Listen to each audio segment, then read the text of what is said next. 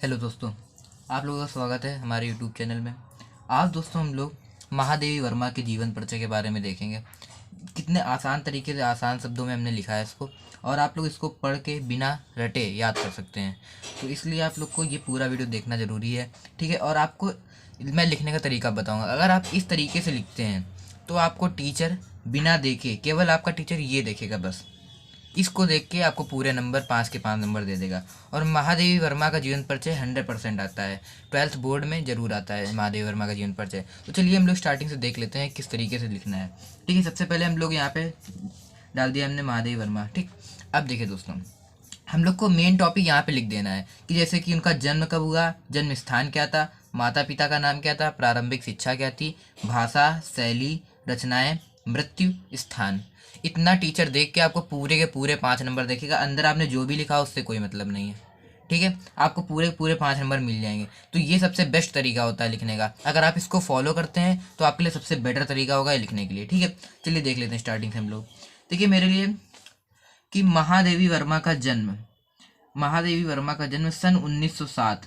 आपको मेन सन याद करना है, मृत्यु याद करनी है, कुछ रचनाएं याद कर लेनी है और भाषा शैली। बस इससे आपका पूरा जो जीवन परिचय है वो इसी में कंप्लीट हो जाएगा, ठीक है। तो देखिए महादेवी वर्मा का जन्म सन 1907 ईस्वी में उत्तर प्रदेश फर्रुखाबाद के एक प्रशिक्षित परिवार में हुआ था। इनके पिता का नाम गोविंद सहाय वर्मा था। इनके पिता का नाम गोविंद सहाय वर्मा था तथा इनके पिता एक प्रधानाचार्य थे।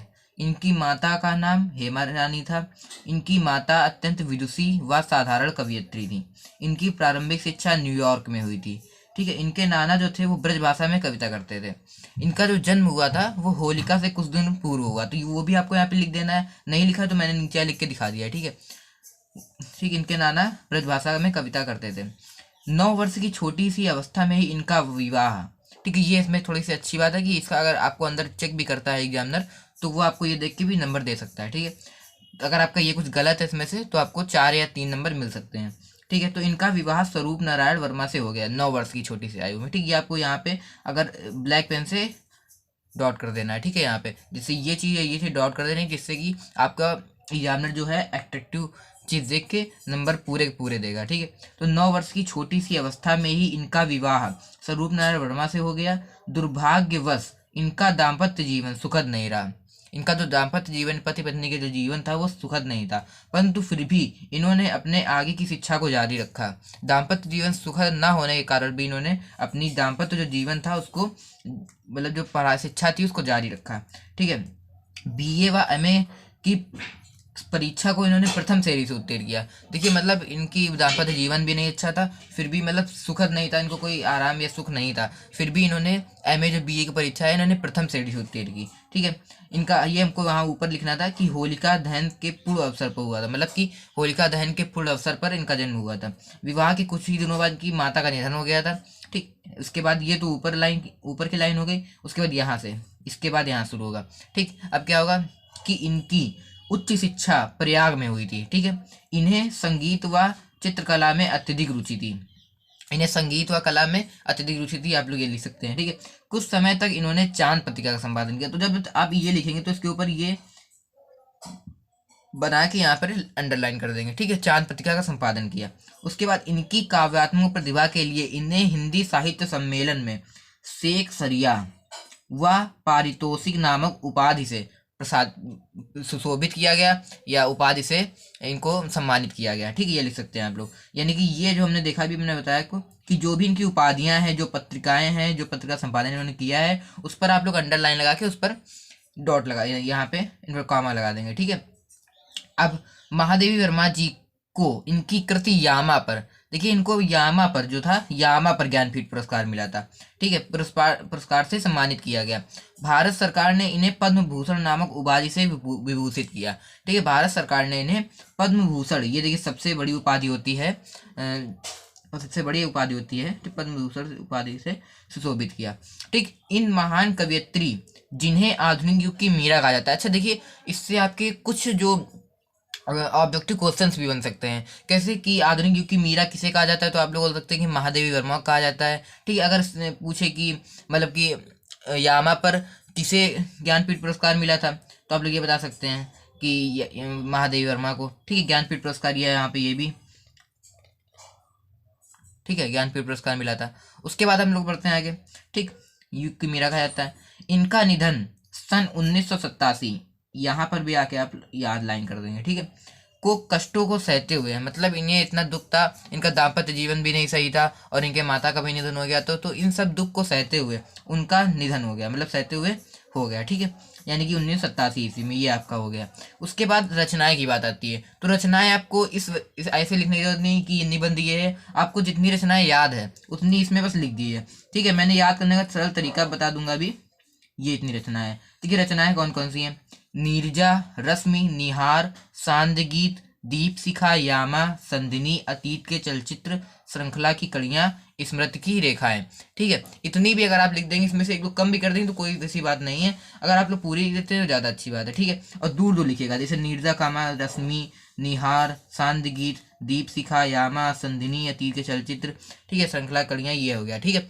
ये हमारा इनकी जो रचनाएं हो गई। और मैंने रचनाओं को सरल तरीके से याद करने का तरीका बताया था कि नीर, निशा, दीप, यामा, मतलब इस तरीके याद कर सकते हैं कि नीर, निशा, दीप, यामा, मतलब नीर, निशा, दीप, यामा, संधि, अतीत, श्रृंखला, स्मृति, संधि, अतीत, श्रृंखला, स्मृति। अगर आपको रचनाएं नहीं याद हो रही तो आसान तरीके से, मतलब कुछ भी अपनी तरीके से बना, जैसे नीर, निशा, दीप, यामा, श्रृंखला, अतीत, स्मृति, श्रृंखला, अतीत, स्मृति, ठीक है।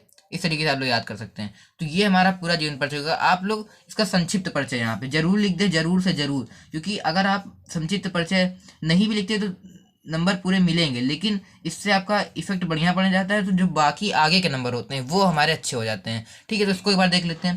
देखिए, इनका जन्म लिख दिया, जन्म कहाँ पे हुआ था, ये हो गया 1907 में। स्थान फर्रुखाबाद। माता पिता का नाम हेम रानी व गोविंद साय वर्मा, ठीक है। प्रारंभिक शिक्षा इनकी न्यूयॉर्क में हुई थी। भाषा इनकी संस्कृत निष्ठ खड़ी बोली। देखिए, भाषा सबकी मोस्टली भाषा एक समान होती है, जैसे कि हम लोग अगर काव्य में देखें, गद्य में देखें तो मिलती थोड़ी सी मिलती है। अब शैली देखें तो मुक्तक, सरल, प्रवाहमयी, यहाँ पे आप लोग काव्य भी लिख सकते हैं, ठीक, मुक्तक, सरल, प्रवाहमयी, काव्य।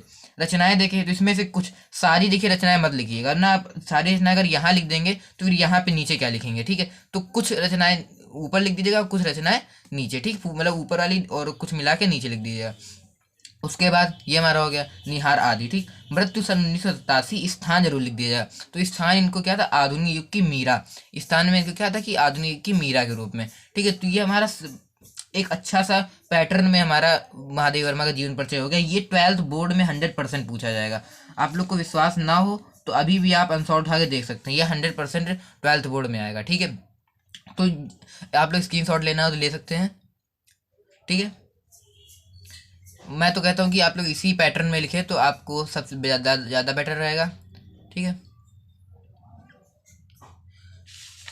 इसका छोटा सा मैंने माइंड मैप ये भी बनाया था कि याद करने के, मतलब आप अगर आप लोग को इस नहीं याद हो रहा है तो इतना आप पैटर्न बना के, संक्षिप्त परिचय बना के आप अपने दीवार पे या जहाँ भी आप पढ़ते हैं तो वहाँ पर लगा सकते हैं, जिससे आपकी बार बार नज़र पड़ेगी जन्म पे, मृत्यु पे, और जो इनकी संपादन था चांद, ठीक, उपाधि वगैरह पड़ेगी तो आपको वो अच्छे से याद होगा, ठीक है। जब बार बार आप उसको देखेंगे तो याद करने से और देखने से बहुत ही, मतलब अच्छे से याद हो जाता है वो चीज़। अगर आप उसको 10 बार देखते हैं तो वो चीज़ एकदम रट जाती है, ठीक है। तो ये आपका माइंड मैप हो गया, इसी को मैंने माइंड मैप कहा है, ठीक है।